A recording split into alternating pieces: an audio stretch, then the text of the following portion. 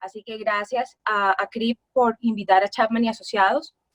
Damos la palabra y la bienvenida a la doctora Mirna Wilches, socia en Chapman y Asociados y experta en litigio laboral, seguridad social y derecho fiscal. Bienvenida, doctora Mirna, le damos la palabra.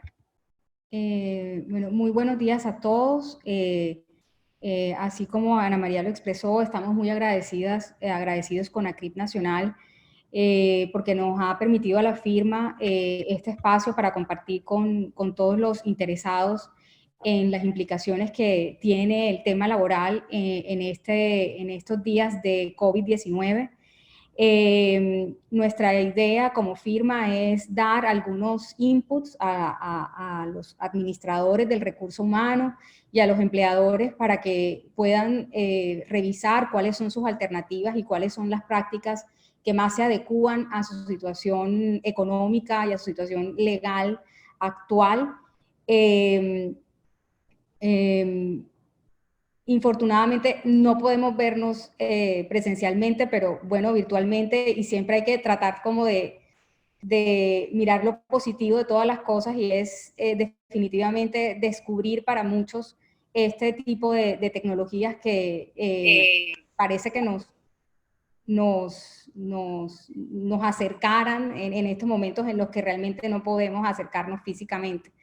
Entonces, damos inicio comenzando haciendo un contexto legal de la situación actual que existe en relación con la normativa del COVID en lo que interesa al tema laboral. Y para eso, pues vamos a hacer un recuento de los decretos, de las circulares y resoluciones que han sido expedidos por el Gobierno Nacional, un poco para, primero, que conozcan cuál es esa normativa actual y luego pasaríamos a hablar de las prácticas adecuadas, en la que despejaremos muchas de las dudas generadas por todo este tipo de normativa que ha sido expedida y principalmente por las circulares y los conceptos que ha expedido el Ministerio del Trabajo en los últimos tiempos. Eso con el fin de derruir algunos mitos y leyendas que se han presentado en relación con las facultades que tienen los empleadores, facultades legítimas y que actualmente se encuentran vigentes, que tienen en relación con sus empleados. Hablaremos un poquito de terminaciones de contrato de trabajo y después hablaremos también de aprendices y de empleados en misión, para hacer también unas precisiones en relación con esos tipos de contratación. Y finalmente hablaremos del mecanismo de protección al cesante que fue expedido a través del decreto 488, que fue el último que se expidió en esta materia. Entonces, comencemos hablando de cómo comenzó todo este marco legal.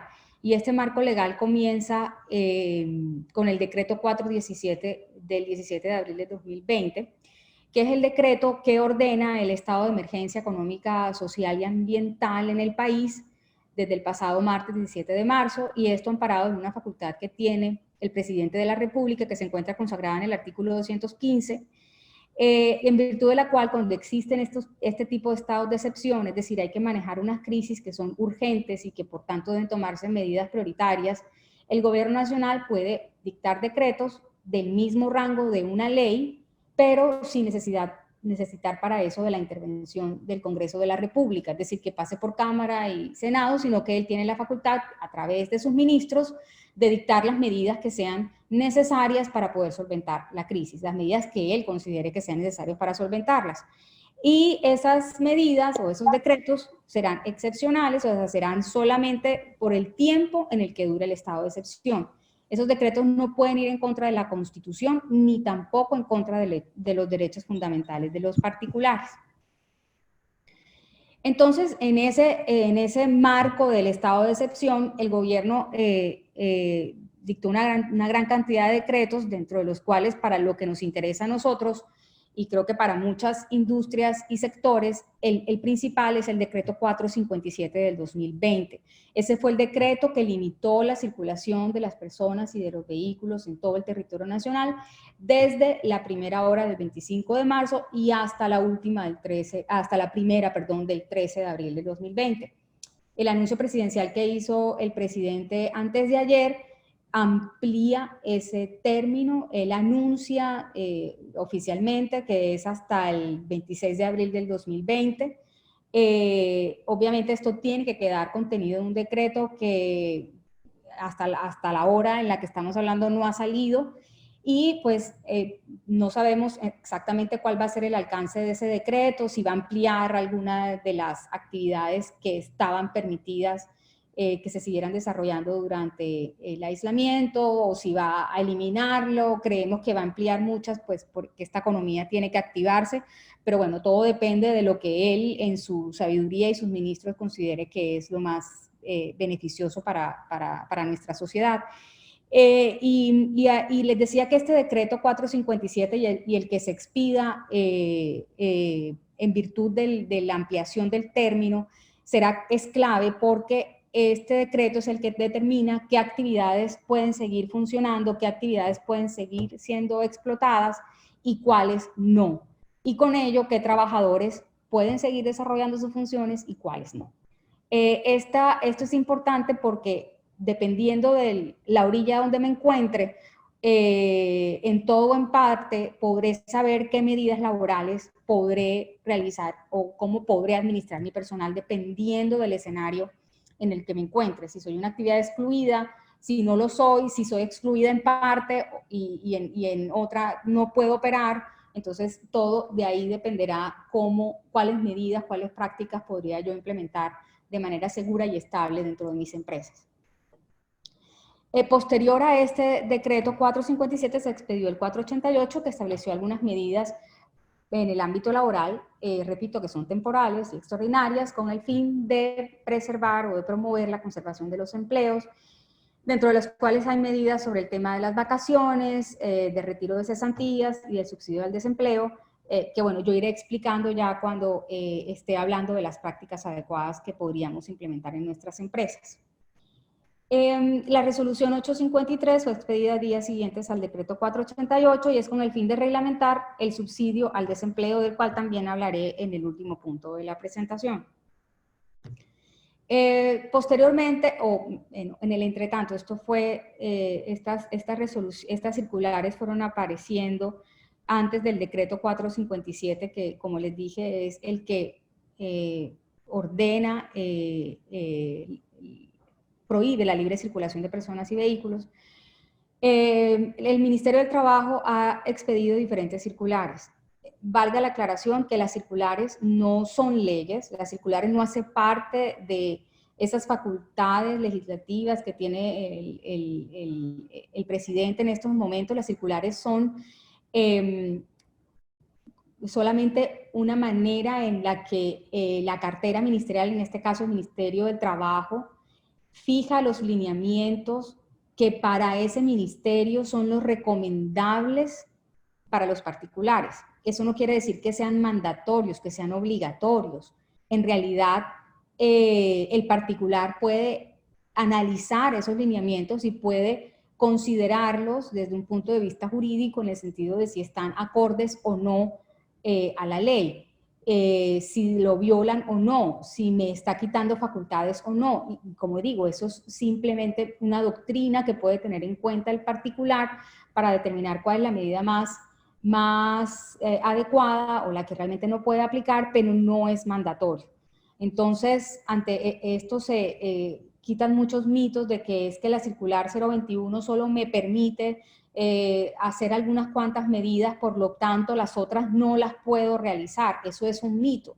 La circular, vuelvo y repito, es solamente orientadora, es como un concepto del ministerio. Comencemos con la circular 017, luego de haber hecho esta aclaración. Esas circulares, la 17 y la 18, lo que establecen son unos lineamientos mínimos a implementar por parte de los empleadores para la prevención de la propagación del COVID-19 en los ambientes laborales. Entonces aquí lo que hacen básicamente es pues contarnos a nosotros todo lo que ya sabemos, y es que los trabajadores tienen que lavarse las manos frecuentemente, que tienen que usar los elementos de protección necesarios, que tienen que mirar y revisar si alguno de ellos se encuentra en aquellos síntomas que pueden considerarse del COVID, en avisar a las autoridades cuando ve que uno de sus empleados tiene esos síntomas, en fin. La circular 021 del 2020 es la que establece los mecanismos de protección al empleo, y entonces ahí el Ministerio del Trabajo propone a los empleadores, con el fin de solventar esta crisis, algunos mecanismos, y dentro de esos habla sobre el teletrabajo, habla sobre el home office, habla sobre vacaciones, etcétera, que es lo que vamos a mirar enseguida. La circular 022 del 2020, también del Ministerio del Trabajo, habla que a partir de esa fecha va a hacer una fiscalización laboral rigurosa. No solamente va a fiscalizar, sino que lo va a hacer rigurosamente. Lo que parece más tendiente a que va a sancionar. Y advierte que no ha admitido ningún tipo de autorización en relación con despidos colectivos ni con suspensiones de actividades temporales hasta por 120 días y que palabras más, palabras menos, el Ministerio de Trabajo dice tampoco las voy a autorizar. La circular 26 del 2020 del Ministerio del Trabajo se refiere a unos parámetros, instrucciones que tienen que tener las empresas y también pues los empleados en la distribución de cualquier bien o producto a domicilio. Y la 27 es la que prohíbe a los empleadores a coaccionar a los trabajadores a tomar licencias no remuneradas. En realidad esta circular tomó a muchos por sorpresa, y cuando la leyeron, no sé si es por el pánico normal que existe actualmente, consideraron entonces que no se podían hacer, o sea que lo que estaba diciendo el ministerio era que se prohibía realizar licencias no remuneradas, y el ministerio no podría hacer eso a través de una circular. Lo que realmente hizo el ministerio en esa circular es prohibir coaccionar a un empleado, obligar a un empleado por medios inequívocos, o sea, en medios equivocados, a que acepte una licencia no remunerada.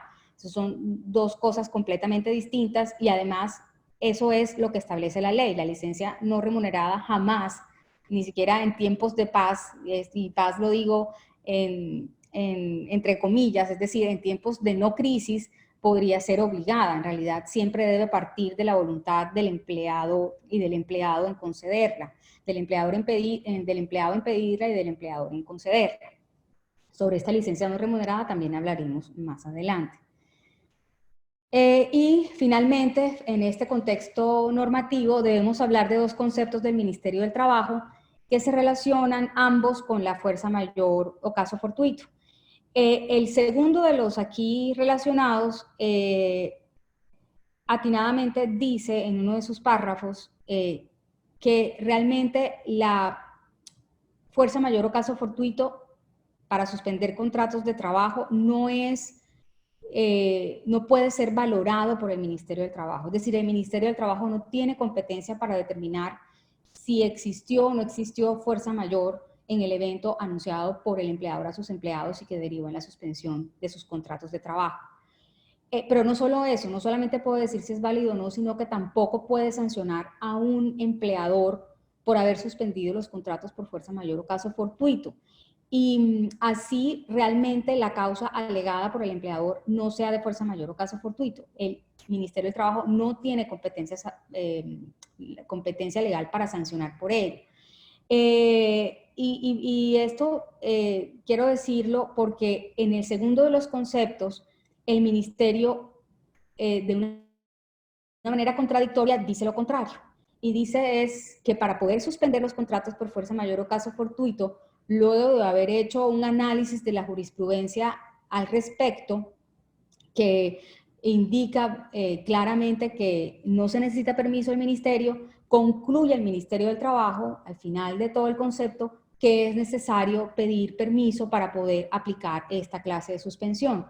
y ello invocando una norma que no aplica a esta causal, que es la de suspensión de actividades por razones técnicas o económicas de hasta 120 días. Esa sí requiere permiso del Ministerio del Trabajo, pero ahí hubo como una confusión y termina el Ministerio concluyendo que para suspender contrato por fuerza mayor o caso fortuito se necesita permiso de ellos. Yo debo aclarar que este concepto es válido, y este concepto no es válido porque ya nosotros hemos tenido la experiencia de firma, y no dentro de esta crisis, sino en otras coyunturas, en los que nos ha tocado discutir ante la jurisdicción contenciosa administrativa unas sanciones impuestas por el Ministerio del Trabajo en las que le dicen a los empleadores: porque usted invoca una causal de fuerza mayor o caso fortuito que a nosotros no nos parece como ministerio y usted no pidió permiso al ministerio, entonces es sancionado con multas que van a veces, las he visto, como a los 200 salarios mínimos legales mensuales vigentes. Y en todas esas ocasiones logramos que los tribunales del país revocaran esas sanciones, y en los casos en los que los empresarios habían pagado el dinero, pues al SENA le tocó devolver el dinero. Entonces, eso para darles la tranquilidad de que esta facultad existe y que si se toma bien y se toma de acuerdo con los procedimientos establecidos en la ley, pues tendría un puerto o un resultado favorable para la compañía, porque no es posible que le pongan sanciones al ministerio. Ahora, lo que sí puede suceder es que los empleados discutan esta fuerza mayor ante los jueces del trabajo. Eso sí puede ser, serán demandas individuales. Entonces, sí es muy importante que la decisión se tome de una manera justificada, de una manera racional, acompañado por sus asesores laborales, tal como lo vamos a explicar más adelante. Entonces, luego, después de este contexto, podríamos ir al core de nuestra presentación, y es como cuáles serían las prácticas laborales para afrontar la crisis en las empresas. Obviamente muchas de estas prácticas ya ustedes las conocen. Nosotros, o nuestro objetivo es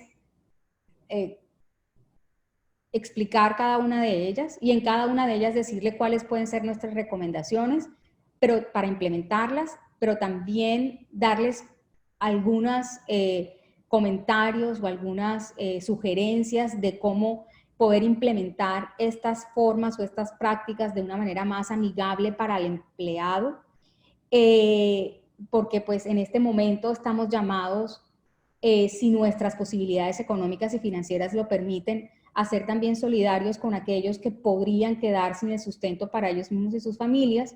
Y también dentro de cada una de estas medidas revisaremos también cuáles son los posibles riesgos, porque pues cada una tendría, y como toda decisión que tomamos todos los días de nuestra vida, tendrá sus pros y tendrá sus posibles contras que tenemos que tener en la mente cuando tomamos esas decisiones. Entonces, comenzaremos por contar las medidas que pueden aplicar las empresas que pueden seguir funcionando de acuerdo con el decreto 457, el que les dije que era clave, en esas empresas que pueden seguir funcionando en todo o en parte, porque se encuentran dentro de las actividades excluidas de ese decreto 457 y del que próximamente dictará nuestro presidente de la República.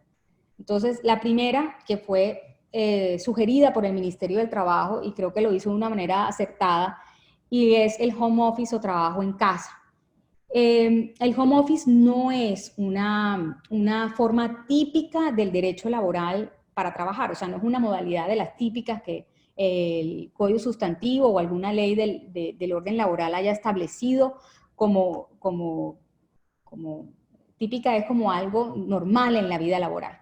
Realmente el home office se aplica en muchas empresas como un beneficio a los empleados para que, por ejemplo, un día a la semana puedan trabajar desde su casa sin mayores rigurosidades, y puedan de pronto compartir el momento con sus hijos, pero también trabajando y como lidiando con las cosas de la casa. Y ese home office no tiene regulación legal. El home office así es distinto al teletrabajo. El teletrabajo sí es una figura típica del derecho laboral, y el teletrabajo es una figura que comporta obligaciones y requisitos y exigencias en ocasiones rigurosas para los empleadores. comenzando con que antes de poder implementarse el teletrabajo, debe haber un análisis previo de la ARL en relación con las diferentes condiciones físicas, biológicas, químicas del empleado. Hay que ponerle un escritorio, hay que ponerle una silla ergonómica, hay que mirar cómo tiene el teléfono conectado, hay que revisar sus conexiones de internet. Tenemos que pagar un auxilio para que él pueda suplir todos los gastos necesarios que puedan provenir de hacer un trabajo desde casa, lo que en nada aplica al home office o trabajo en casa, que, como dije anteriormente, de manera atinada, el Ministerio del Trabajo, en una forma de flexibilización en estos momentos de crisis, adoptó diciendo, bueno, mientras tanto podrían hacer trabajo en casa. Y si pueden hacer trabajo en casa, no es lo mismo teletrabajo, lo que quiere decir que el empleador no necesariamente tiene que entregar por lo menos, por ejemplo, las herramientas de trabajo, el internet, el celular, para que el empleado pueda realizar su trabajo desde casa. Y aquí también es un llamado a los empleados. Los empleados en este momento, si realmente quieren conservar la fuente de empleo, también tendrán que poner parte de sus recursos con el fin de poder seguir trabajando y poder seguir generando un salario. Y esto lo digo porque en muchas ocasiones hemos encontrado, nuestros clientes nos preguntan, mira, quiero hacer home office, pero hay unos empleados que me dicen que como no tienen celular o no tienen internet desde su casa, entonces que la empresa les solvente el internet o el celular o el computador, etcétera, y así no podría ser porque tendríamos un gasto adicional del que ya estamos, una carga adicional de la que ya estamos sufriendo. Entonces, frente a ese empleado que diga eso, pues en realidad tendríamos que decirle, pues mira, trata de pedir una licencia no remunerada si no tienes la posibilidad de hacer un home office desde tu casa con tus equipos, que aún utilizar los equipos los equipos propios, los recursos propios en el trabajo también es válido durante tiempos de paz, y vuelvo a decir tiempos de paz, que es decir, no en estas crisis. Entonces aquí también trata de ayudar haciendo lo que te toque para poder seguir trabajando desde tu casa y poder seguir ganando el salario que te mereces. Y si el empleado así tampoco quiere, pues tocará tomar medidas más drásticas, como es, por ejemplo, de pronto terminar su contrato, porque definitivamente mantenerlo en la casa pagándole salarios no es una opción para muchas empresas. Como recomendaciones de este home office, nosotros consideramos que debe pactarse. Agradezco a quien esté rayando o resaltando la presentación, pues, que no lo haga porque de pronto me desconcentro un poco. Muchas gracias. Entonces, el home office debe pactarse. Por lo general van a ver a lo largo de esta presentación que en la mayoría de las alternativas lo más conservador y prudente es intentar acordar las formas con el empleado, porque definitivamente en la conversación y en el diálogo es que se logran acuerdos seguros y estables y evitan la litigiosidad de cualquier modalidad que nosotros quisiéramos adoptar. Y este pacto que estamos diciendo o este acuerdo no lo estamos limitando a aquellos acuerdos superformales a los que todos los colombianos estamos supremamente acostumbrados, y es que es un otro sí completo, en los que se necesita la firma en original del empleador y la firma en original del representante del empleador. No, si eso no es posible porque la empresa no sigue funcionando, sino que sigue funcionando a través de estas plataformas tecnológicas, entonces lo apropiado o lo conveniente o lo que se adapta a estas nuevas tecnologías sería enviar de pronto un correo electrónico al empleado y obtener una aceptación por parte de ese empleado a través del mismo medio por el cual se lo estás enviando. Sabemos que el correo electrónico, el WhatsApp y cualquiera de los otros medios electrónicos y de comunicación, la Corte Constitucional les ha dado validez de medios probatorios. Lo único es que es importante asegurar la trazabilidad de la entrega y del recibo de esa comunicación, así como la entrega y el recibo de la aceptación por parte del empleado, para que pueda configurarse el consentimiento de ambas partes en ese arreglo al que han llegado de trabajar home office o de irse de licencia no remunerada o bueno, de cualquiera de las otras alternativas que nosotros vamos a recomendar que se haga por un acuerdo.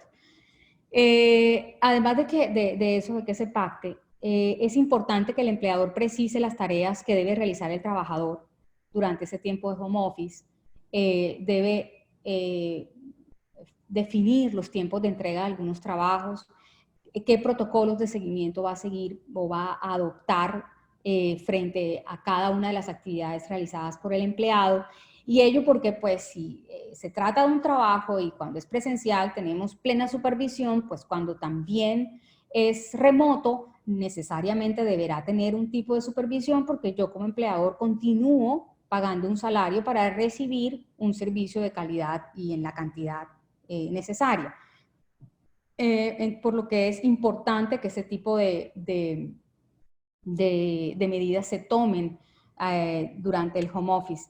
Y ello porque dentro, aún en home office, las facultades disciplinarias del empleador continúan. Es decir, yo válidamente, si veo que mi empleado no está cumpliendo, por ejemplo, con las fechas de los informes de facturación, de cartera, con las actividades que yo le haya colocado para hacer, podría, como en cualquier tiempo, llamarlo a descargos y imponerle la sanción si corresponde o el despido si la gravedad lo amerita.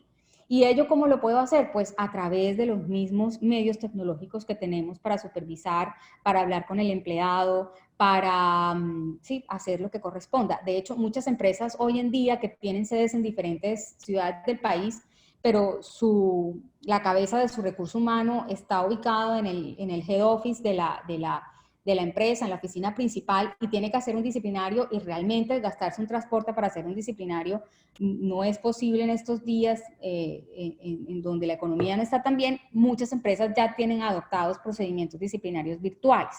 Entonces, a través del correo electrónico se puede pedir un informe y eso puede ser un descargo, o lo puede hacer vía Skype, o lo puedo hacer por Zoom, o lo puedo hacer por cualquiera de estas líneas posibles, de estos medios, de tal manera que yo pueda mandar una citación, pueda realizar los descargos los puedo grabar, además puedo hacer un acta, mandarle el acta al empleado, que me la firme o que me dé sus observaciones, o que me diga, acepto esta acta, o mira, en esta acta la acepto, pero tengo las siguientes acotaciones, que no es cierto esto, que no es cierto aquello.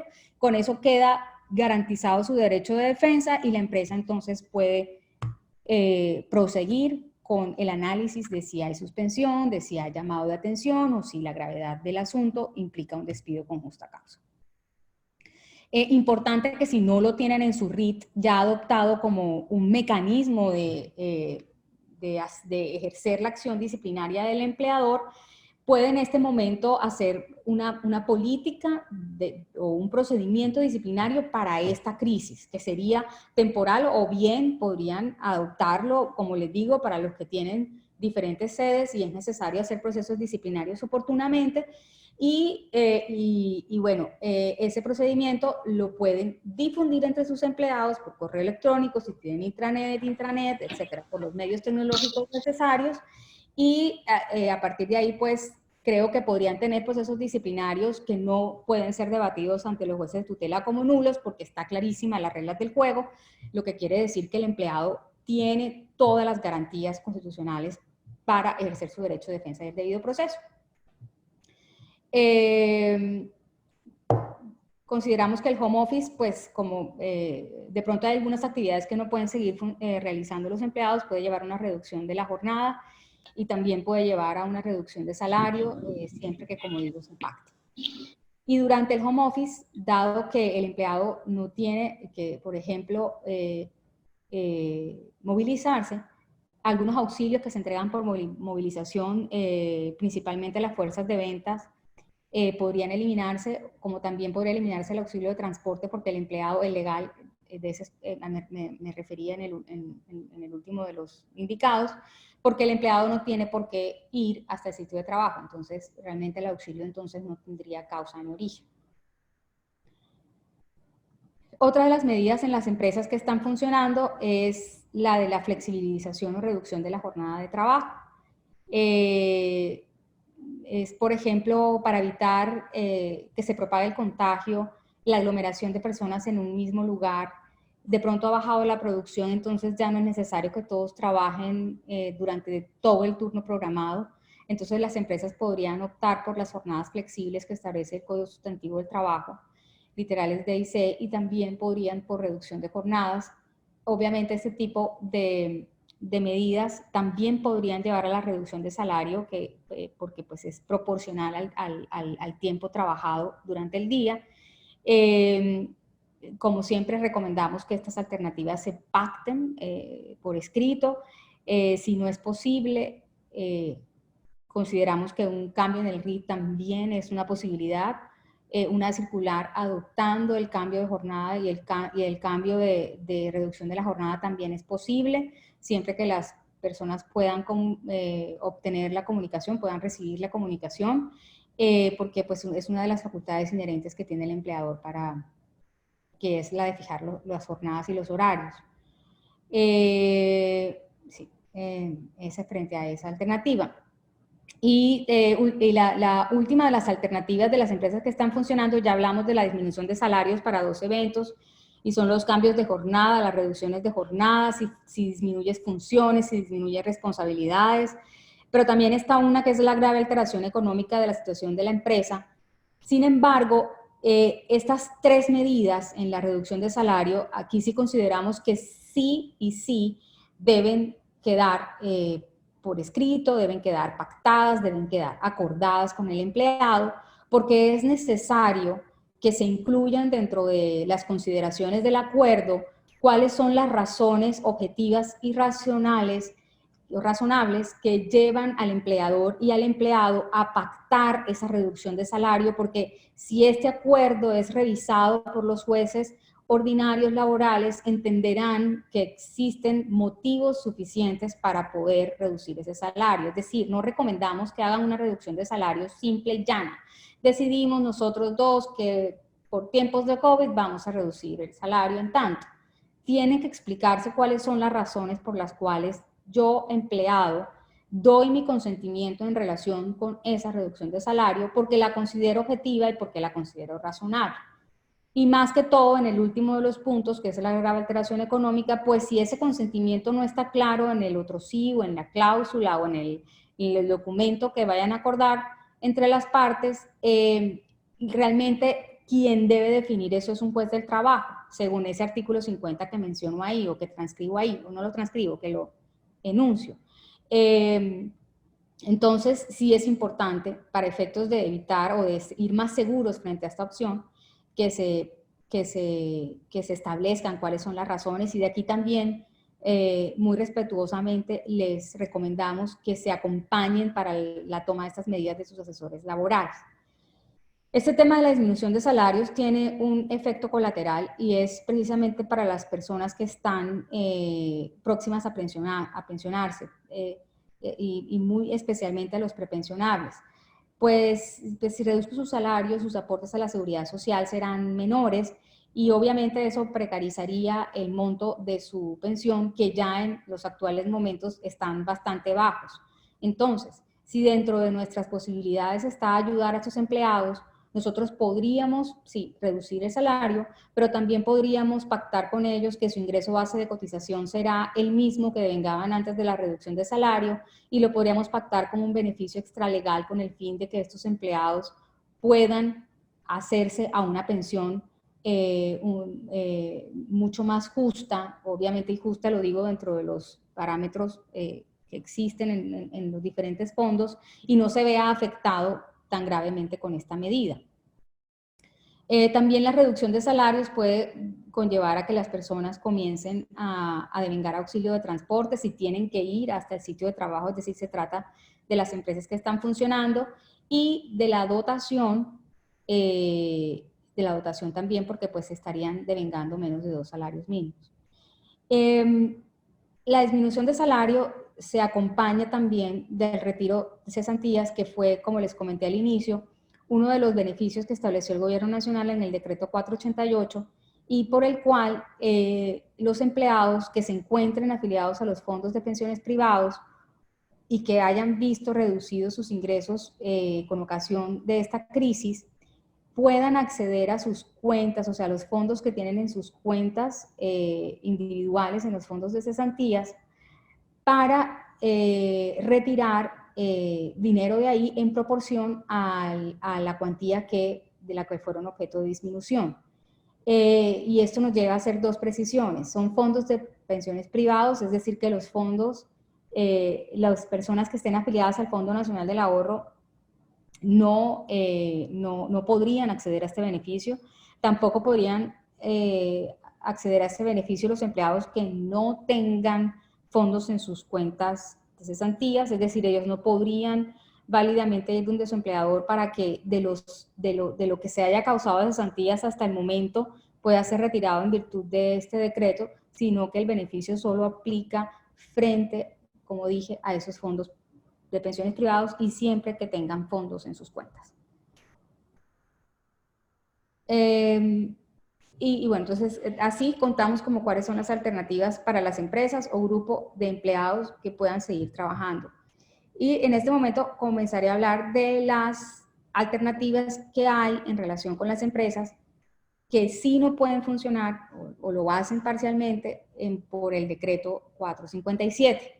Y dentro de ellas, la primera es las vacaciones. Entonces, las vacaciones fue como el primer salvavidas que el ministerio les dijo a los colombianos empleadores: aquí tienen, usen las vacaciones. En un principio fue un tema un poco discutido porque la norma legal original establece que las vacaciones tienen que darse o tienen que programarse por el empleador con 15 días de anticipación, si las va a dar unilateralmente. Y en este momento de crisis, 15 días de anticipación no era un término viable para dar vacaciones. Entonces, lo que debía hacerse era acordar las vacaciones, y eso entrañaba un procedimiento complicado de conseguir el acuerdo, de que aceptara el trabajador.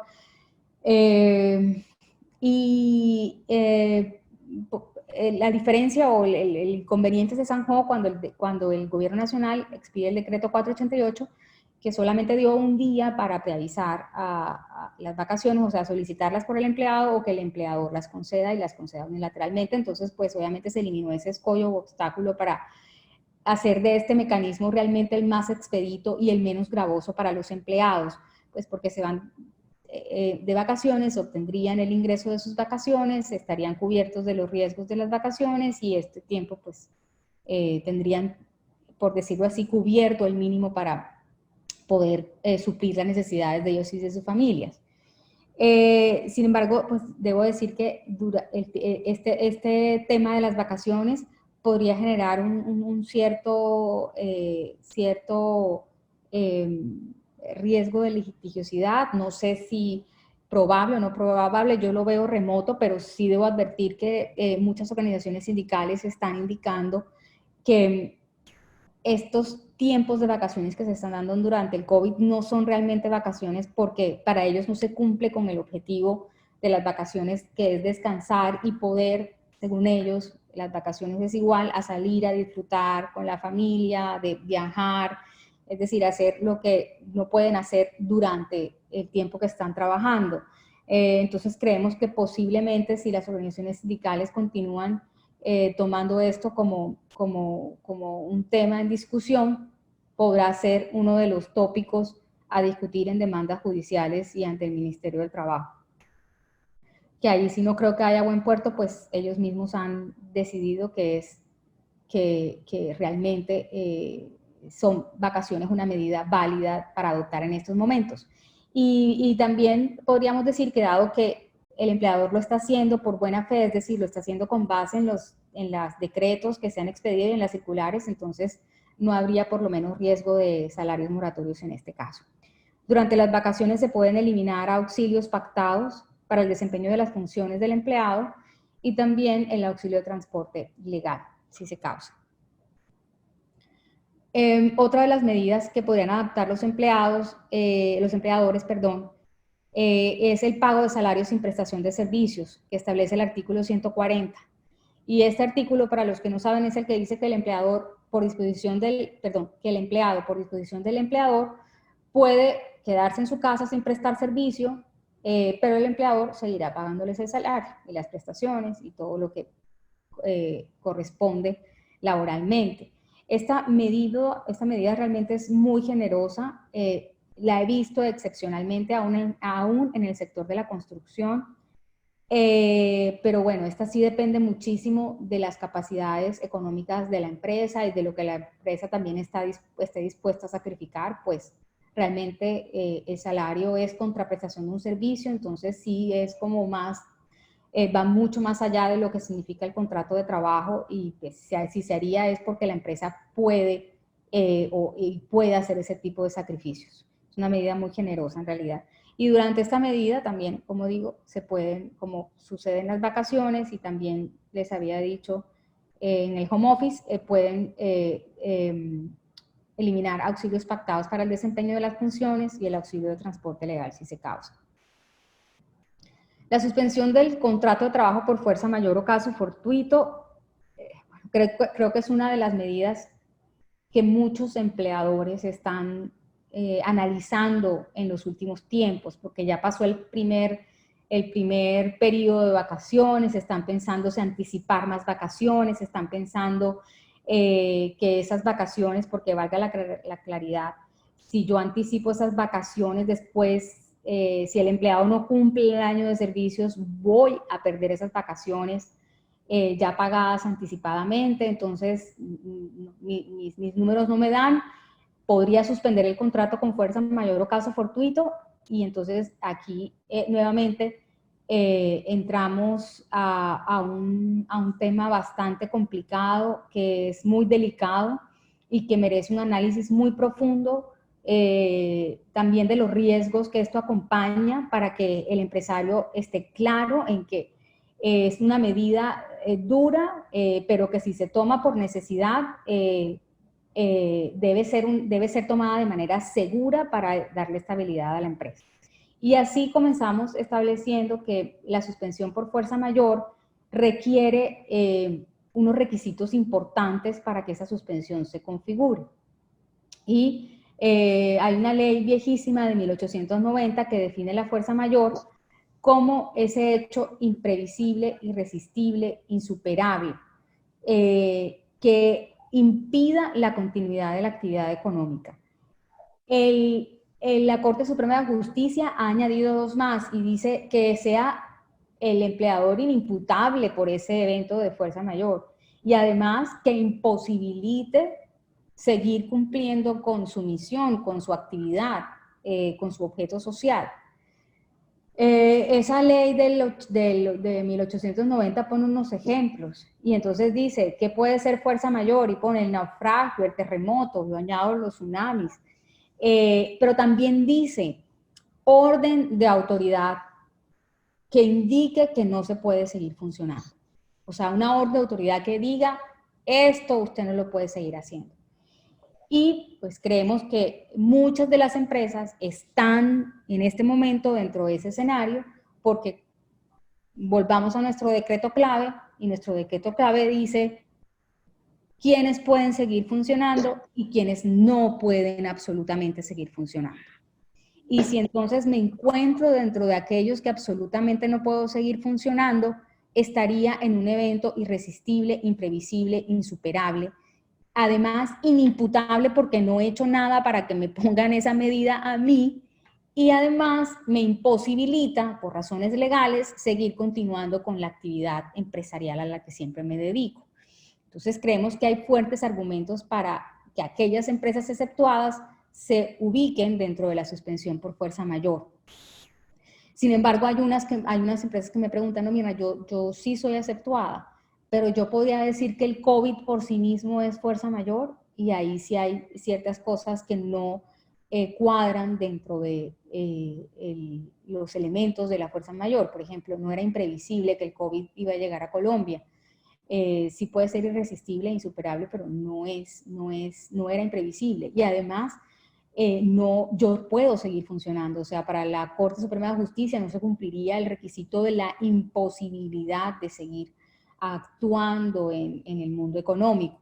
Entonces, ciertamente esa tendría algunas debilidades y debería la empresa revisar cuáles otras cosas o cuáles otras razones podría alegar para aplicar esa suspensión. Y puede ser, por ejemplo, no soy de las excluidas, pero realmente yo, el único proyecto que tenía en Colombia era una construcción de unas instalaciones para una empresa de hidrocarburo. Y la empresa de hidrocarburo, por el tema del petróleo, ha decidido parar operaciones y me ha terminado el contrato. Eso es, si no tengo más de dónde trabajar, realmente sería un hecho irresistible, imprevisible, insuperable. Inimputable a ese contratista y además le imposibilita seguir, por ejemplo, realizando sus actividades en Colombia.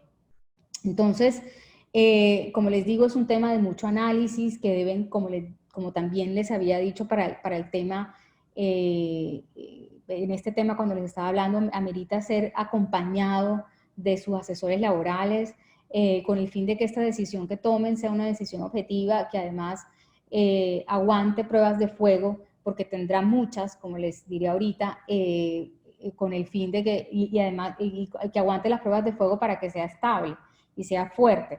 Si decidimos aplicar la suspensión por fuerza mayor o caso fortuito, lo que tenemos que hacer formalmente es comunicar a los empleados que se va a suspender el contrato, las razones que consideramos que se va a suspender el contrato por fuerza mayor, cuáles son las razones que consideramos que son constitutivas de fuerza mayor en mi caso particular y que derivan en esta suspensión, y debemos indicarles que apenas se solvente la crisis deberán volver al trabajo.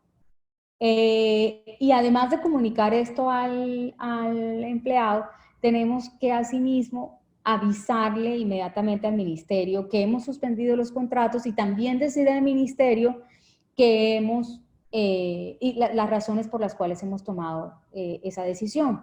Y tenemos que decirle que es por fuerza mayor y decirle cuáles son nuestros argumentos, supuestos, circunstancias, hechos que consideramos que hagan procedente la figura. El ministerio recibe el aviso y lo único que realmente puede hacer el ministerio, según su competencia, es comprobar que esos hechos y esas circunstancias que yo le estoy alegando en mi aviso existen.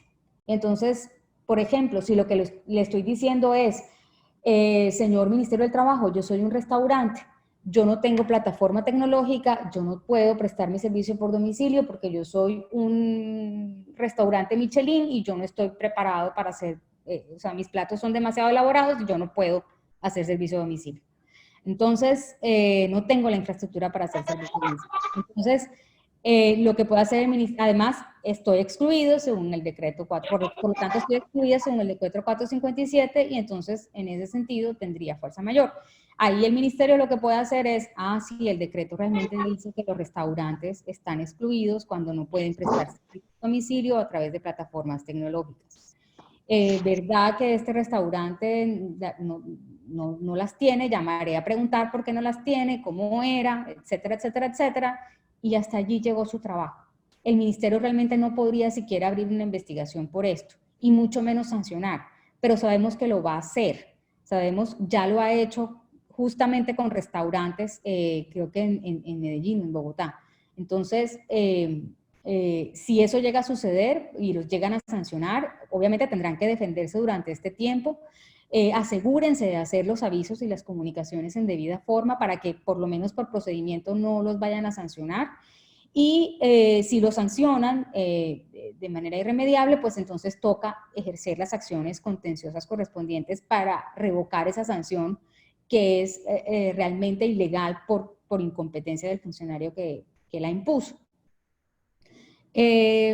Tan pronto como se supere el tema de la crisis, tan pronto terminen las medidas de aislamiento y sea posible continuar con nuestras actividades, tenemos que llamar a los empleados a que reanuden y además, si el empleado no asiste, pues podrá verse expuesto a una falta disciplinaria. Y si causa perjuicios graves su inasistencia, podría hasta pensarse en un despido con justa causa.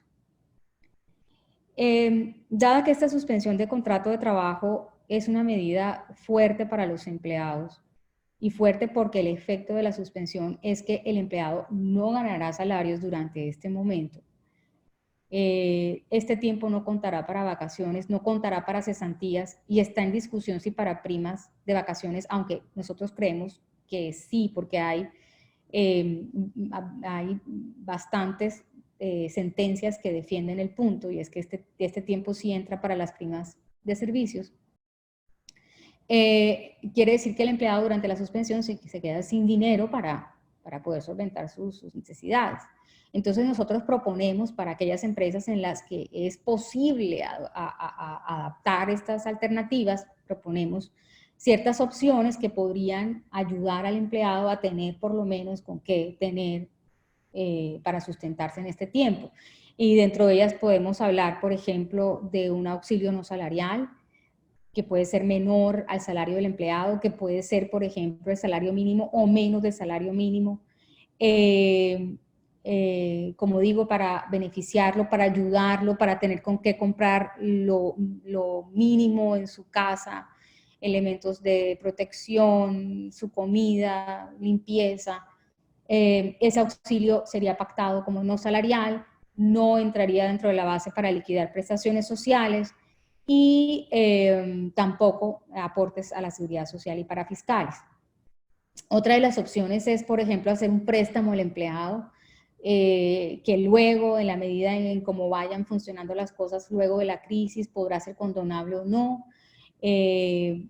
También podría pensarse en anticiparse las primas de servicios en estos momentos, que realmente lo que se hace es adelantar un pago que al final del día me toca hacer en junio, lo que quiere decir que lo único que estoy haciendo es cambiar la fecha del pago. Esto sí está dentro de las posibilidades de la compañía, y si puede prestar la plata, y si puede hacer este esfuerzo y este sacrificio en este momento. Y también está el retiro de cesantías, del que hablamos anteriormente, y es pedir en el fondo de pensiones privado, si tengo plata en mi cuenta, en el fondo de pensiones no, ahí me equivoqué, en el fondo de cesantías privado, si tengo plata en mis cuentas, poder hacer el retiro de las cesantías en proporción al ingreso que fue disminuido o reducido de mi salario, o si no tengo salario. Finalmente, dentro de estas opciones, tenemos la licencia no remunerada, que es una facultad de ley, como les explicaba cuando estaba haciendo el recuento normativo y les hablaba de la circular número 027 del 29 de marzo del 2020. Sin embargo, nosotros como firma no es la opción que más recomendemos, porque y no la recomendamos en estos tiempos de crisis, porque muchos los han tomado como una práctica de la compañía, una práctica empresarial. Entonces hacen una convocatoria a todos sus empleados para explicar las razones y decirle, y aquí lo que queda es una licencia no remunerada, entonces por favor dame tu consentimiento.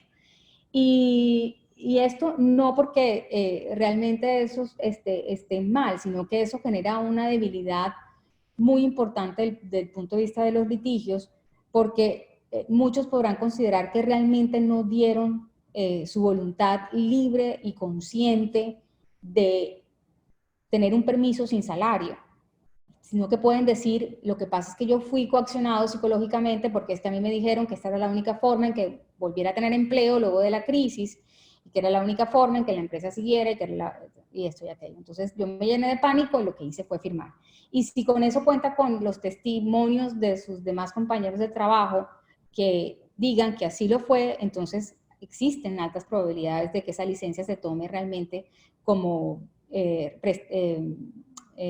prestación de servicios, no prestación de servicios por disposición del empleador. Es decir, que un juez podría considerar que durante ese periodo sí se causaron salarios. Entonces, por eso consideramos que esta debe ser la última alternativa a tomar, y siempre y cuando realmente sea una decisión del empleado. Por ejemplo, en el caso en que el empleado, a pesar de que debe ir a trabajar, dice, yo lo siento, yo no voy al trabajo.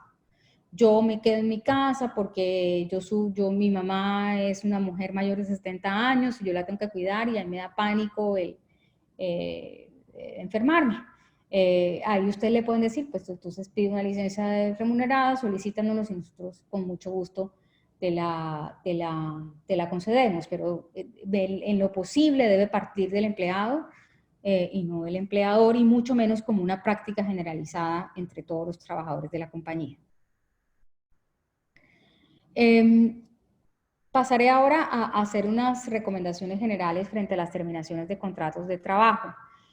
Muchos preguntan, ¿qué puedo hacer en este momento? Entiendo porque el ministerio ha dicho que no se pueden despedir a los empleados en estos momentos. Y resulta que sí se puede despedir a los empleados en este momento. Es decir, ninguna de las facultades disciplinarias, ninguna de las facultades del empleador en contratar y en terminar contratos ha sido abrogada por ningún decreto ley de los que ha expedido el gobierno nacional en estos momentos. Y no creo que esto ocurra, porque yo creo que esto sí vulneraría derechos fundamentales. Sin embargo, muchos tienen ese mito en su cabeza y creen que no pueden hacer. Resulta que sí, que en estos días nosotros podemos terminar contratos unilateralmente con el pago de la indemnización. Durante estos días podemos terminar contratos por vencimiento del plazo fijo pactado. Durante estos días podemos terminar contratos por finalización de la obra de labor. También podemos terminar contratos por mutuo acuerdo. Pero así como existe esa facultad del empleador, así también existen las limitaciones que ya conocemos, o sea, se mantienen, se conservan las limitaciones que existían de antaño para limitaciones frente a las terminaciones de contrato de trabajo. ¿Y cuáles podrían ser esas limitaciones? El despido colectivo. Sabemos que las empresas no pueden despedir masiva o colectivamente a empleados, sino hasta un determinado porcentaje, dependiendo del número de empleados que ese empresario tenga, tal como se puede ver en esa tabla.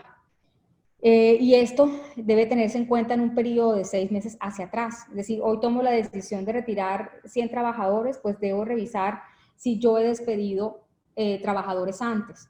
Y en esa contabilización solamente debo contar trabajadores directos, no se excluyen trabajadores en misión, se excluyen prestadores de servicio, prestaciones de servicio a través de trabajadores independientes, y también en ese conteo solo se tienen en cuenta las terminaciones de contrato de trabajo de forma unilateral, es decir, se excluyen mutuos acuerdos, renuncias, finalización de contratos por que se terminó la obra de labor, y también los del vencimiento de plazo fijo pactado, entre otros modos de terminación objetivos.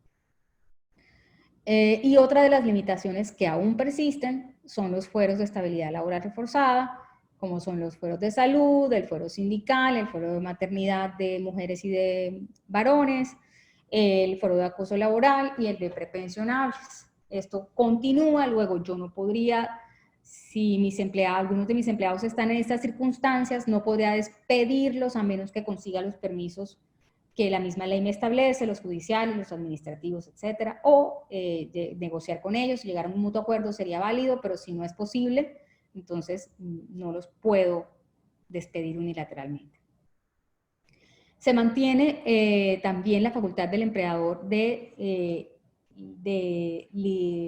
terminar contratos de trabajo por liquidación o clausura definitiva de la empresa, o por suspensión de actividades por parte del empleador durante más de 120 días. Sin embargo, esta causal requiere permiso previo del ministerio, y el ministerio ya ha dicho en innumerables ocasiones que no va a autorizar estos despidos por esta causal.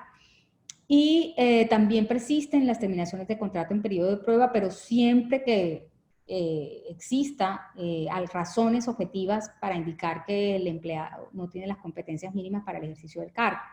Es decir, de igual manera como funcionaba antes. Y también como funcionaba antes, si yo termino los contratos, necesariamente debo pagar la liquidación final de prestaciones sociales en el tiempo que corresponda, o sea, el más cercano a la terminación, pues posiblemente podría estar en curso en contingencias por salarios moratorios, si se demuestra la mala fe en el pago de esa liquidación de prestaciones sociales. Como dije al principio, esta es una medida que, además de ser satanizada, conlleva a una afectación al empleado directamente, por lo que es necesario revisar la incidencia reputacional y judicial en el corto plazo de este tipo de medidas.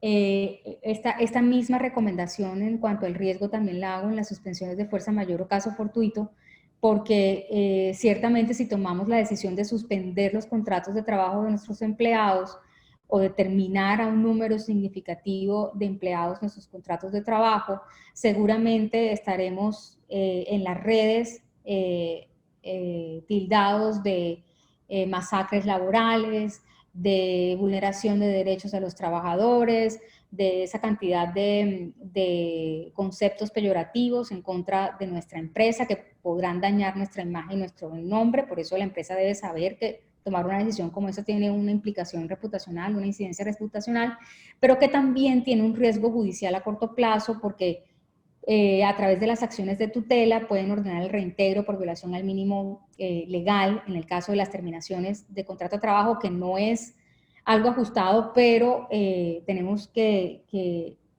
saber que estamos en momentos complicados en el que los jueces del trabajo también están un poquito desorientados.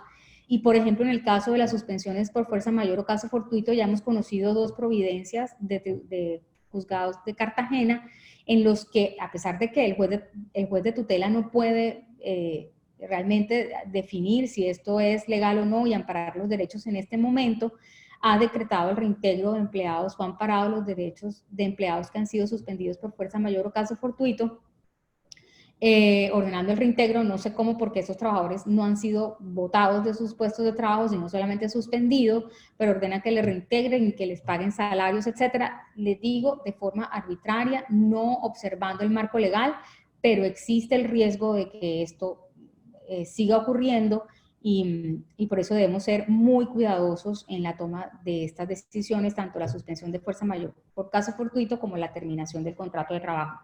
La mejor alternativa para los despidos consideramos que son los planes de retiro, es obtener terminaciones de mutuo acuerdo de los contratos de trabajo, si es posible hacer el sacrificio de pagar un poquín más de la indemnización para que a través de bonificaciones por transacción los empleados se les haga atractivo acordar esos mutuos acuerdos, y obviamente esto dejará mucho mejor a la compañía y también más tranquilo al empleado, que sabe que tiene las puertas abiertas dentro de la empresa posteriormente.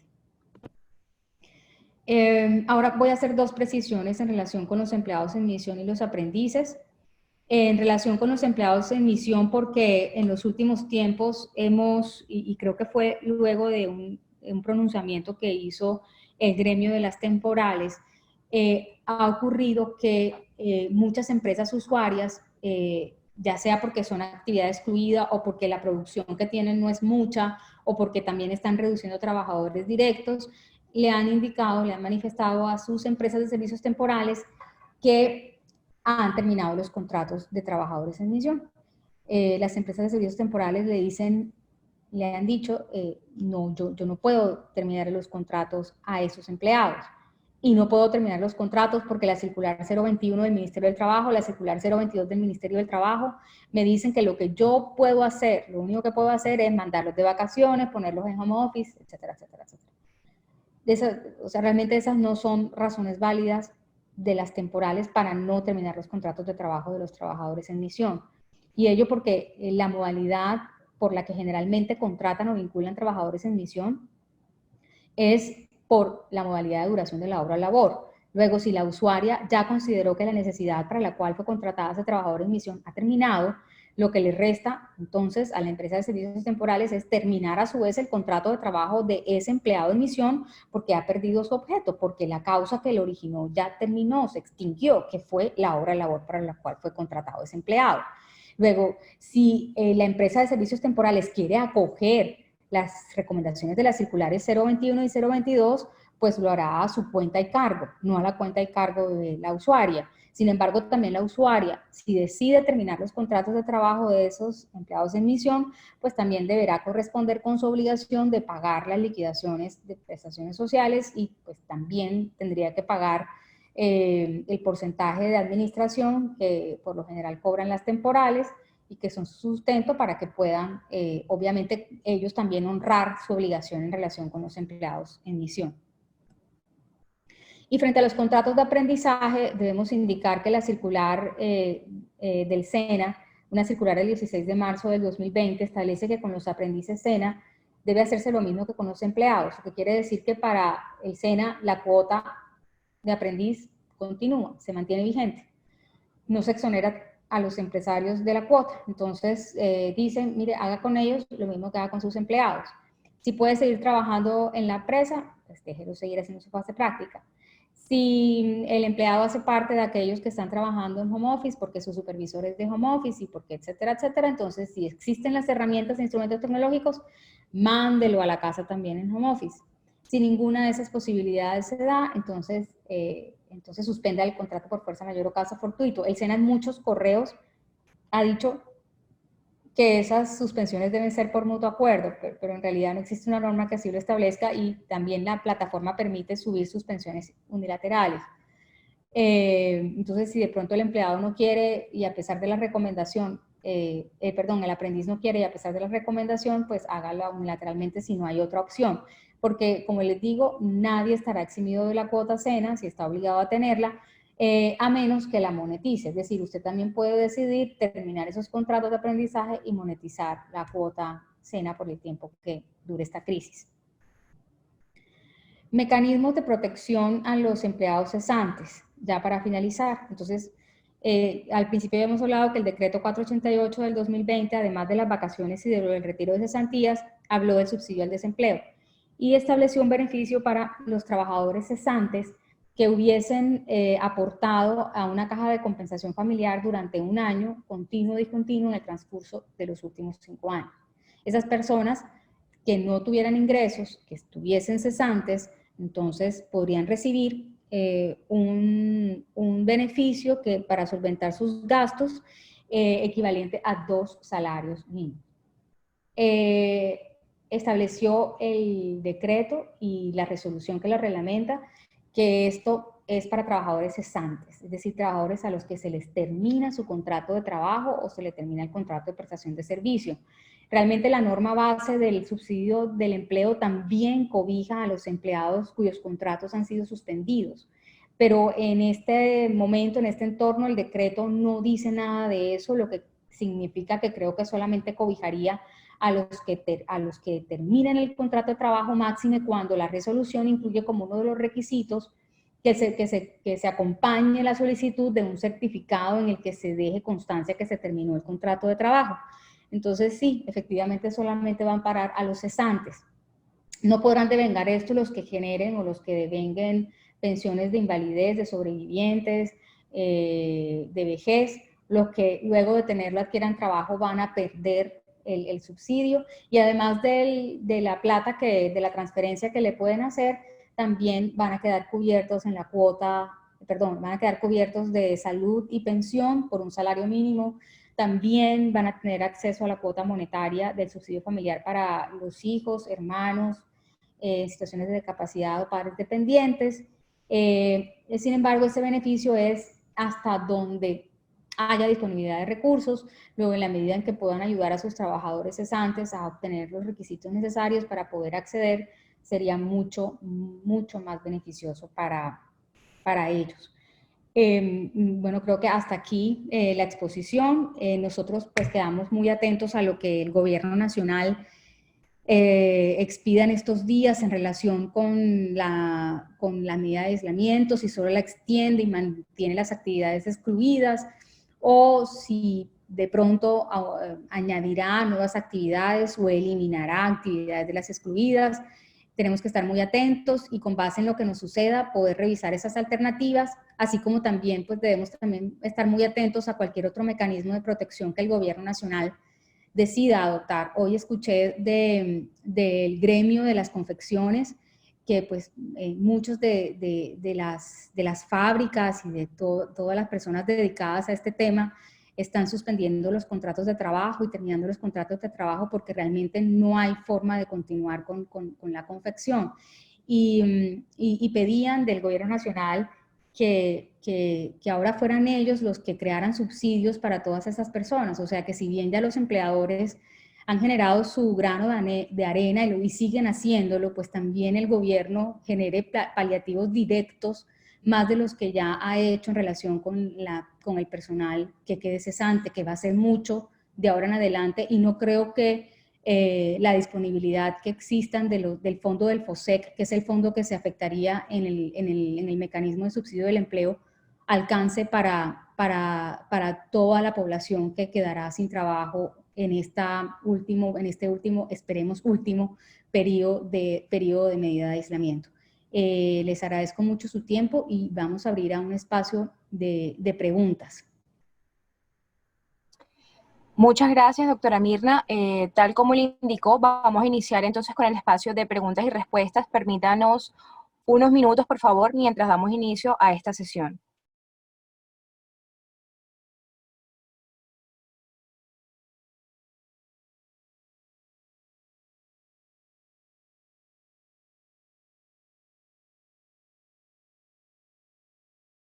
Bueno, aprovecho para ir saludando mientras nos van dando espacio a las preguntas.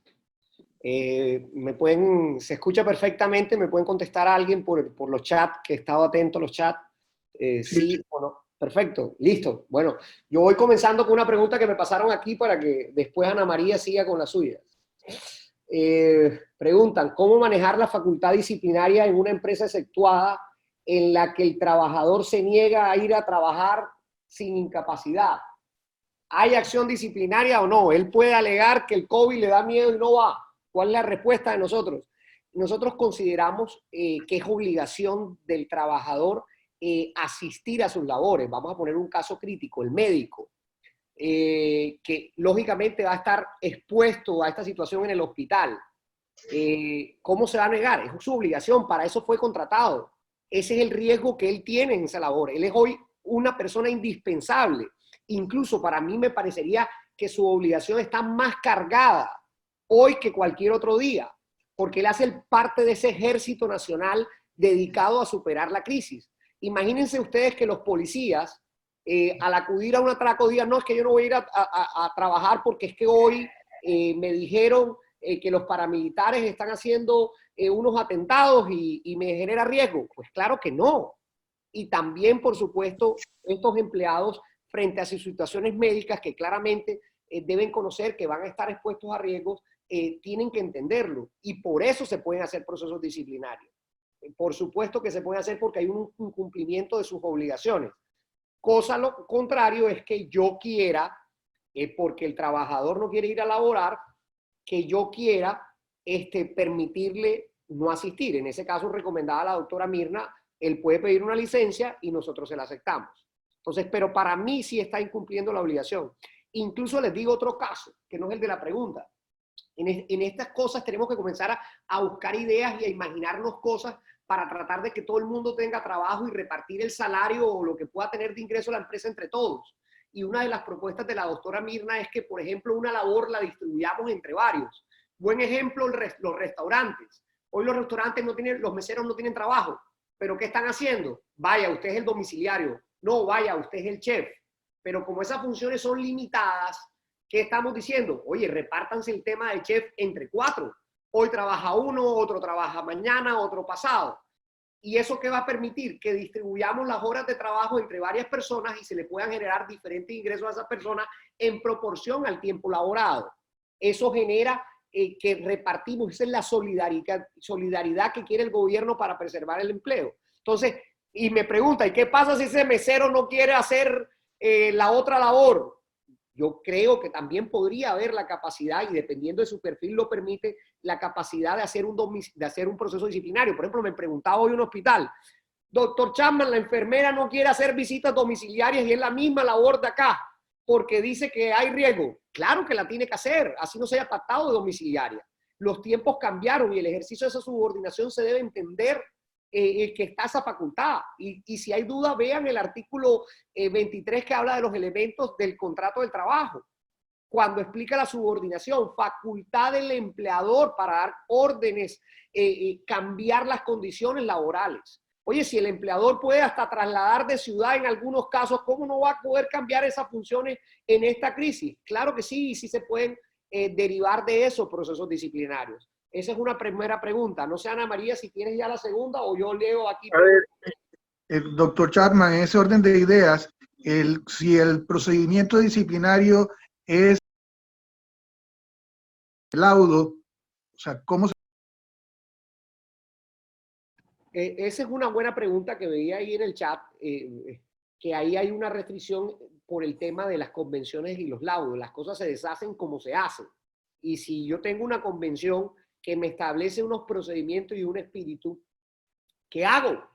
¿Cómo lo cumplo? Porque las medidas de hoy no me generan cumplirlo. Yo soy de la opinión que hay que darse la pela y hacer los procesos disciplinarios cumpliendo los tiempos, pero adecuándolos a la realidad, que es el Internet. Entonces, tratar de seguirlo en lo más que se pueda al proceso disciplinario de la convención o el pacto. Es decir, si la carta de citación me exige un término, yo lo cumplo. Si la carta de citación me exige unos requisitos, yo lo cumplo.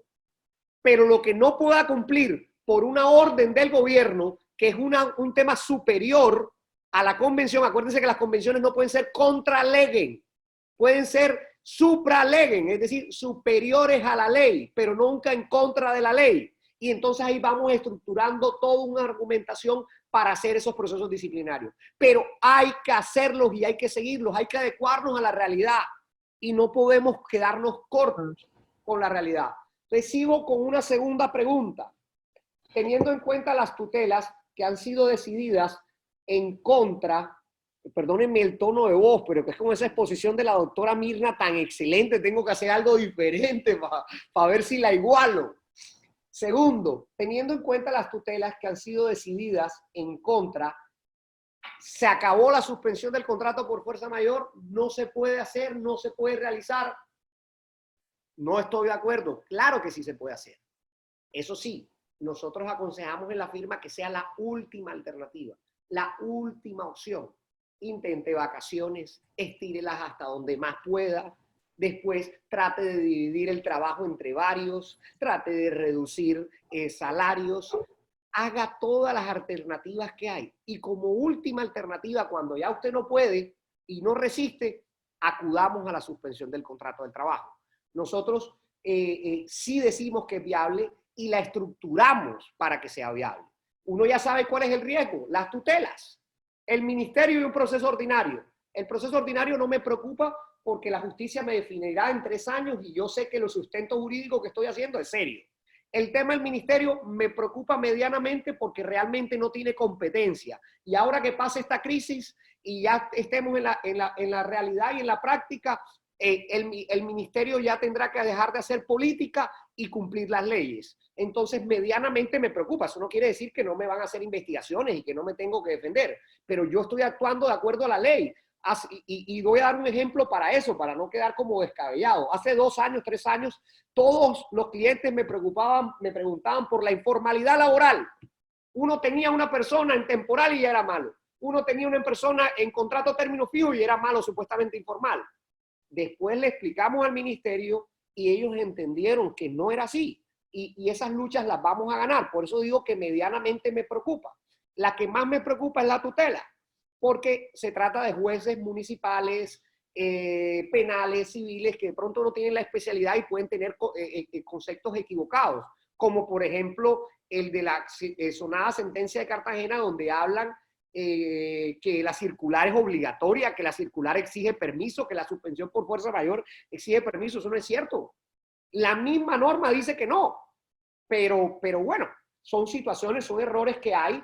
Y eso nosotros entonces hacemos una estrategia integral y nuestra recomendación es hacer una suspensión del contrato amigable, le digo yo. Hoy en una asesoría en la mañana con un hospital que vamos a tratar de intentar alegarla, la llamamos de otro nombre porque me decían que amigable sonaba a acuerdo y hay que tener claro que la suspensión por fuerza mayor no requiere acuerdo, es un acto unilateral. Entonces le cambiamos el nombre y ahora le llamamos suspensión del contrato por fuerza mayor con solidaridad y luego de haber agotado todas estas cosas. Toda una estrategia integral para efectos de que las tutelas no las perdamos. Entonces, otra tercera pregunta. ¿Cuál es el límite que recomienda para llegar con las vacaciones colectivas reconocidas? Buena pregunta, porque fue la primera medida y como fue la primera medida, todo el mundo piensa que es que ya se acabaron las vacaciones colectivas. No, todavía usted puede seguir utilizándolas. Primero, con las causadas. Si no tiene para ponerlo a trabajar, dele todas las que tenga. Y segundo, yo le he puesto un límite un poco práctico, un poco midiendo riesgos, de hasta 15 días más de anticipo. Es decir, si usted ya anticipó o dio las vacaciones causadas y dio 5 días más, tendría 5, como son 15, la diferencia entre 15 y 5 serían 10. Pudiera anticipar 10 más. Es decir, tratar de anticipar hasta un año más de servicio que no tenga causado, sobre todo en esos empleados con antigüedad, que tienen vocación de permanencia. Realmente no es un riesgo dar ese anticipo de vacaciones. Entonces, yo creo que todavía podemos seguir dándola. Y la medida más baja, que es cuando uno cree que es un empleado que no tiene vocación de permanencia, son 5 días. 5 días realmente es algo manejable para esas vacaciones. Aquí tengo una cuarta pregunta, pero esa se la voy a hacer yo a la doctora Wilches, que ella es la experta en eso. ¿Cómo se pagan los aportes en cada una de las alternativas recomendadas por usted, doctora Wilches? Explíquenos.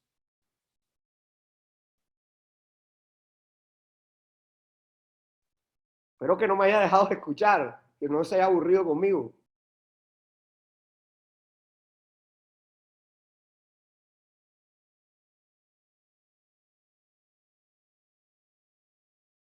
Entonces sigo con la siguiente pregunta para que darle tiempo a que se preparen.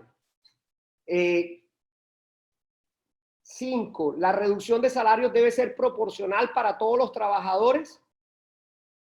No necesariamente. En esto hay que tener en cuenta que no hay medidas universales. Uno debe tratar de fijar reglas generales para grupos, pero no universal. Acuérdense que la igualdad se predica sobre supuestos iguales. Si hay supuestos diferentes, uno no, o sea, lógicamente no es la misma igualdad. Me explico.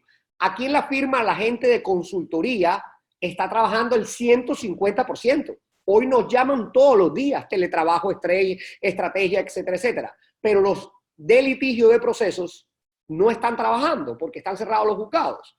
Entonces, ¿yo pudiera declarar fuerza mayor para todos? Claro que no. ¿Pudiera mandarlos a todos en vacaciones colectivas? No. A los de litigio yo les aplico unas medidas y a los de asesoría les aplico otras medidas. Pero me va a decir, no, pero ese ejemplo es fácil. Bueno, sigamos en los de litigios. En los de litigios también hay subdivisiones. Por ejemplo, hay gente que puede contestar porque tenemos traslados de las demandas. Yo le digo, señores de litigio, si ustedes contestan demandas, yo los pongo a trabajar y les pago. Pero a los otros que no quieren contestar y van a los juzgados, tengo que buscar otra alternativa. Vacaciones colectivas, reducción de sueldo, reducción de jornada. Entonces, miren que hay que ver el universo y ver cuál es la medida que aplica. De hecho, ojo, todo no es bajar los beneficios y reducir. Por ejemplo, en una empresa de la alimentación diseñamos una cláusula para generarle un mayor beneficio al empleado que está asistiendo a laborar, porque está dándolo todo, se está exponiendo, tiene un riesgo. La empresa realmente está en su mejor momento económico.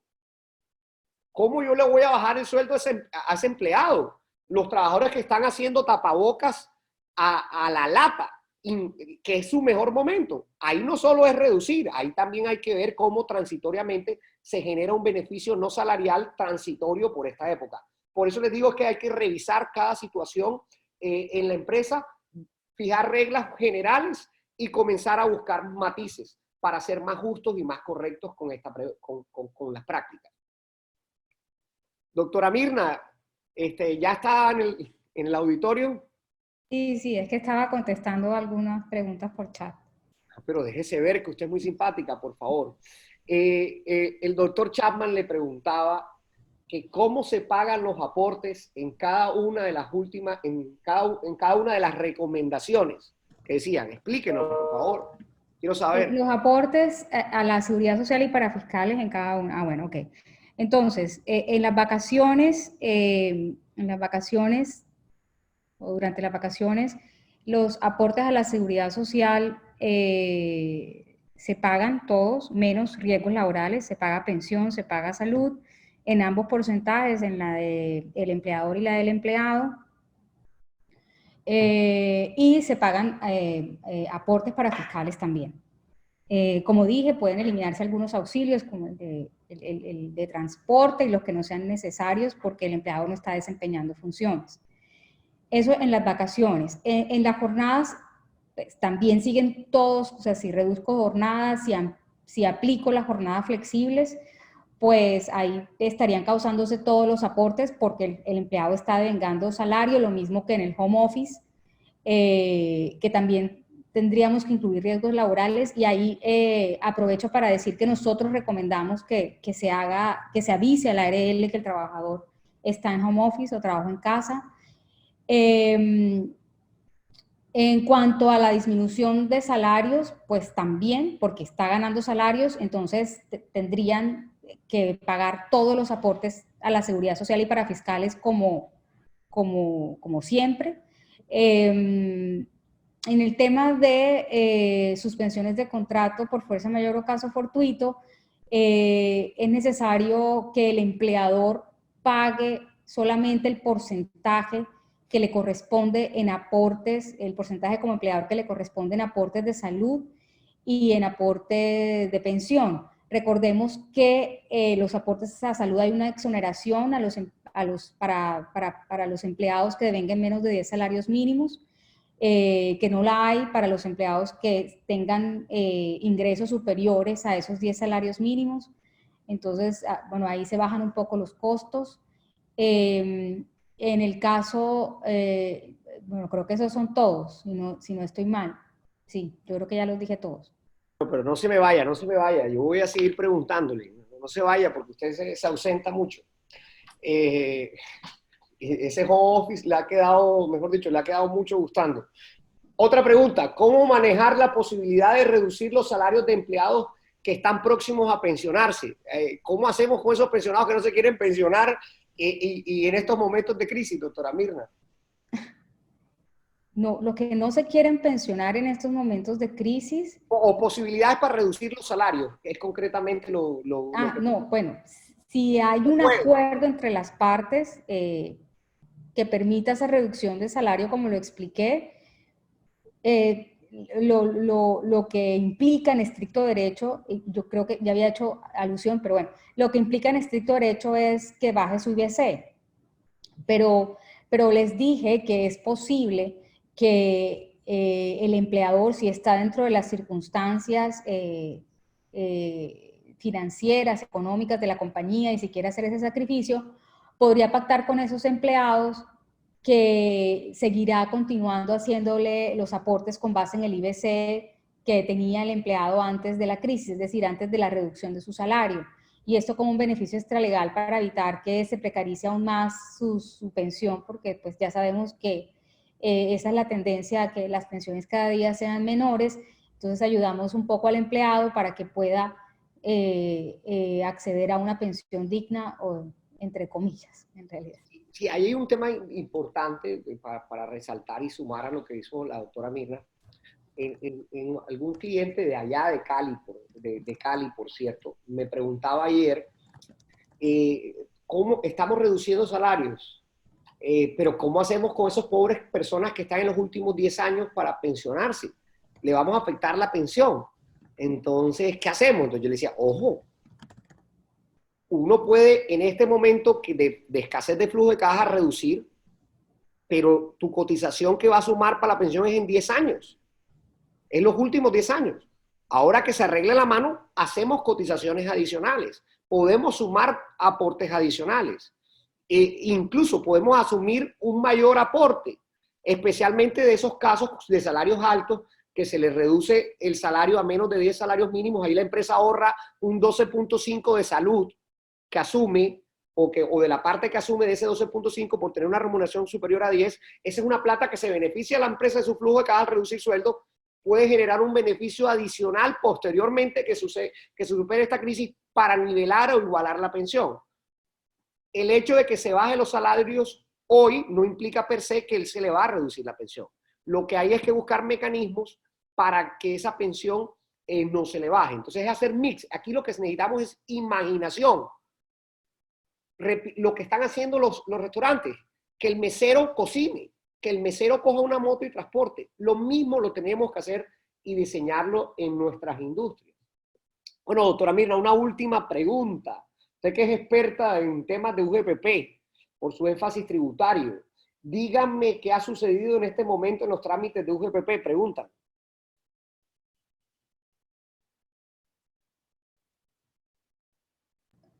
En un principio la UGPP se demoró en suspender los términos, entonces los empleadores aportantes seguían con las tareas que le había impuesto la UGPP. Si era requerimiento de información, tenía que cumplir con su requerimiento de información. Si tenía que responder un requerimiento para declarar o corregir, también. Sin embargo, la semana pasada, finalmente la UGPP expidió su resolución de suspensión de términos y pues en este momento para todos los investigados por esa unidad, pues tendrían que, o podrían, realmente no tienen por qué responder, o sea, esos términos comenzarán a regir nuevamente cuando la OJPP así lo establezca. Sin embargo, quiero hacer una recomendación. Las empresas que tengan sanciones por pagar o que tengan algunos valores inexactos por pagar porque ya terminaron sus procedimientos administrativos de determinación y cobro, sí no deberían esperar a que nuevamente la UGPP ordene la reanudación de sus términos, porque eso significa que los intereses de mora continuarían corriendo y sabemos que son altísimos, triplican casi la obligación principal. Entonces, si tienen los recursos y ya tenían esa plata dispuesta para ello y bueno, y no va a generar ningún tipo de torpeza adicional a la operación actual, lo mejor es pagar los intereses de mora. Como digo, repito, si tienen la plata, si ya la habían previsto para eso, si no afecta el normal funcionamiento de la operación, porque después será muchísimo más costoso el pago de esas sanciones y inexactitudes que ya son bastante onerosas.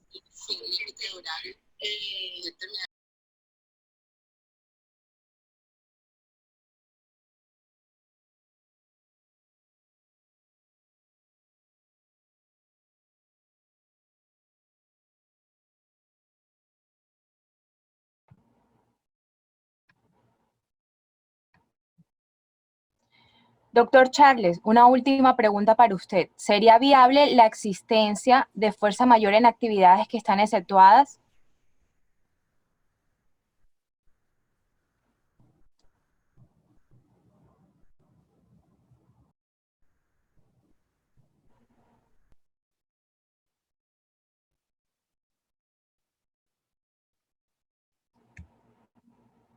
Por favor, me confirman por el chat si están escuchando. No, excuse, estaba en silencio, perdón. Doctor, le repito la pregunta. Ani, discúlpame a mí, perdóname, Okay. yo quería decir algo. Es que lo estaba diciendo aquí mudo, todavía no me habitúo, la vejez no lo deja uno. Varias preguntas las voy a integrar para responderlas rápidamente porque pues ya ha avanzado mucho la hora, el tiempo y pues tenemos que dar por terminado esto por hoy, pero vamos a seguir acompañándolos todas las semanas en charlas de este tipo para tratar de ayudar al sector empresarial en esta crisis. Chapman y Asociados se suma conjunto con ACRIP a esta crisis para apoyar. Este es un problema de todos y entre todos los tenemos que resolver. Entonces es un momento de solidaridad y de apostarle a la continuidad de las empresas. Entonces, agrupo las preguntas. Reducción de salarios para salario integral, ¿qué recomendaciones? ¿Sería viable la existencia de una fuerza mayor en actividades que están exceptuadas? Y una final, ¿qué medidas recomienda a las empresas para prepararse cuando se supere el aislamiento preventivo? Entonces, primera, en salario integral, ojo, la reducción no debería hacerse sobre los 13 salarios mínimos, sino yo quitaría el factor prestacional, dejaría la base de 10 y sobre esos 10 es que hago la reducción. del 10, del 20, del 30, de lo que pacten las partes. Y pongo a la empresa a pagar primas y cesantías. Eso le ayuda en este momento a la empresa porque su flujo de caja lo difiere. Difiere las primas, difiere las cesantías. Entonces tiene una ganancia. Reduce el sueldo, difiere las prestaciones. El empleado no las pierde, las va a recibir después. Y 3, la seguridad social se le baja a menos de 10 salarios mínimos, la base, y eso implica un ahorro del 12.5 en salud. Es decir, ahorro por todos lados. Después vemos cómo a ese empleado se le devuelve el tema del salario integral. También recuerden que el salario integral es en proporción al tiempo trabajado. Si yo laboro media jornada, pudiera pagar la mitad de ese salario integral. Y eso me sirve para responder una pregunta que estaba en el chat, que no iba a responder, que es que el salario mínimo también se aplica en proporción al tiempo trabajado. Si el empleado gana el mínimo, pero labora la mitad de tiempo, se le pagará la mitad del mínimo. Lógicamente, la cotización sí será con un salario mínimo porque no puede ser inferior.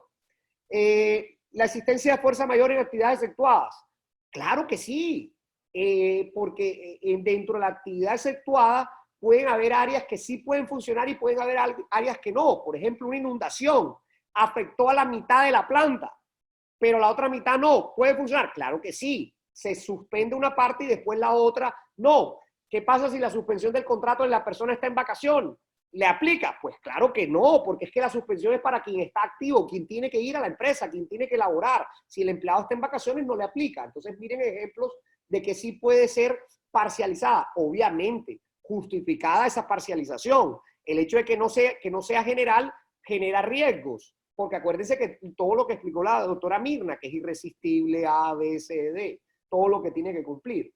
Finalmente, y con eso terminamos, ¿qué medidas recomiendan las empresas para preparar cuando este aislamiento se supere? Ojo, desde ya preparen eso. Estamos pensando de aquí al 27, pero ¿qué va a pasar en mayo si a nuestro presidente, que ojalá se le ocurra activar ya esto, activa? ¿Qué va a pasar? Las empresas no van a trabajar al 100%.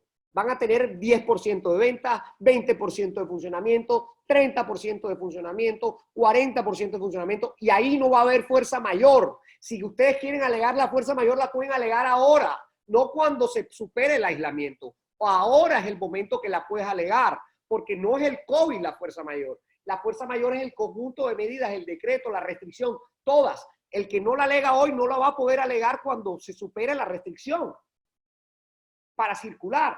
Y los argumentos que la generan. Entonces, cuando llegue ese momento, lo que tenemos que preparar ahora es entre cuántas personas nos vamos a repartir el trabajo. Por ejemplo, aquí en Chapman y Asociados son 70 abogados. Yo tengo que pensar ya en abril, como no va a haber tanto trabajo, cómo dentro de esos 70 les doy un 25% del trabajo. De tal manera que si yo tengo, por decir algo, un 50% de trabajo en el primer mes, lo tengo que repartir mitad para 35 y la otra mitad para 35. Es decir, esos trabajadores laborarán 25% por un lado y un 25% por otro lado. Si no es el 50, si no es el 20, nada más habrá 20% para repartir entre los trabajadores. Y tendremos que pactar jornadas, como se hace mucho en el servicio doméstico, una persona para que lave, otra persona para que planche, otra persona para que haga el aseo, y repartir el trabajo que haya entre todos, para que todos tengamos de alguna manera una remuneración o una mínima remuneración que haga que se pueda superar esta crisis en estos momentos. Eso es lo que hay que comenzar a pensar en esas empresas donde no se puede trabajar y donde el comienzo de funcionamiento va a ser muy paulatinamente, porque tenemos que salvar la fuente de empleo. Necesitamos a los trabajadores y necesitamos a la fuente de empleo. Tratemos, por favor, y con eso me despido, de hacer todo lo que hagamos con responsabilidad social, amigablemente. ¿Tenemos la fuerza mayor suspensión? No los mandemos a la calle sin nada. No, hablemosles, expliquémosles, hagamos un conjunto de medidas que puedan enfrentar las tutelas. Entonces, ese es nuestro consejo, ese es mi consejo. No sé, Mirna, si tienes algo más que agregar. Les doy de mi parte las gracias por estar aquí. Como les dije, vamos a seguir en estas charlas con ACRIP nuestro gran aliado. Espero que les haya gustado, les haya servido, y vamos a tratar después de terminar de contestar las preguntas que quedan en el chat por medio de correo. Y esta presentación, pues lógicamente será enviada y el video guardado, y también se les remitirá. Muchas gracias. Doctor, una cosita antes que las personas se retiren. Vamos a tener una repetición de esta charla el día lunes a las 4 de la tarde, dado que tuvimos sala llena. Entonces hemos organizado con ACRIP la repetición de esta charla el día lunes a las 4 de la tarde. Asimismo, les confirmo que estaremos enviando el... Ani, perdóname, pero acuérdense, los que están ahí, que esto es con solidaridad. Hay que repartirnos todo entre todos para que subsistamos. Entonces, los que ya estuvieron en esta charla, vamos a darle cupo a los que no estuvieron, tratemos en principio, porque mucha gente se nos quedó afuera. Y el tema es que todos podamos compartir y todos nos podamos apoyar. Entonces, aunque tengo entendido que para el lunes ya hay un foro de más de 300 personas, apúntense, pero si por favor ven que se llenó la sala, tratemos de darle cupo a los que no participaron. Les pido el favor para seguir ese mensaje de solidaridad. Gracias, Ani. Así es, y precisamente les confirmo que vamos a estar enviando esta grabación y la presentación por correo. ACRIP se encargará de esa difusión y, como dijo usted hace unos minutos, vamos a hacer todas las semanas, vamos a abrir en conjunto con ACRIP un espacio para brindarle acompañamiento a las empresas durante la crisis. ACRIP también se encargará de informarles a cada uno de ustedes el día y la hora exacta de esta sesión que estaremos haciendo de manera especial.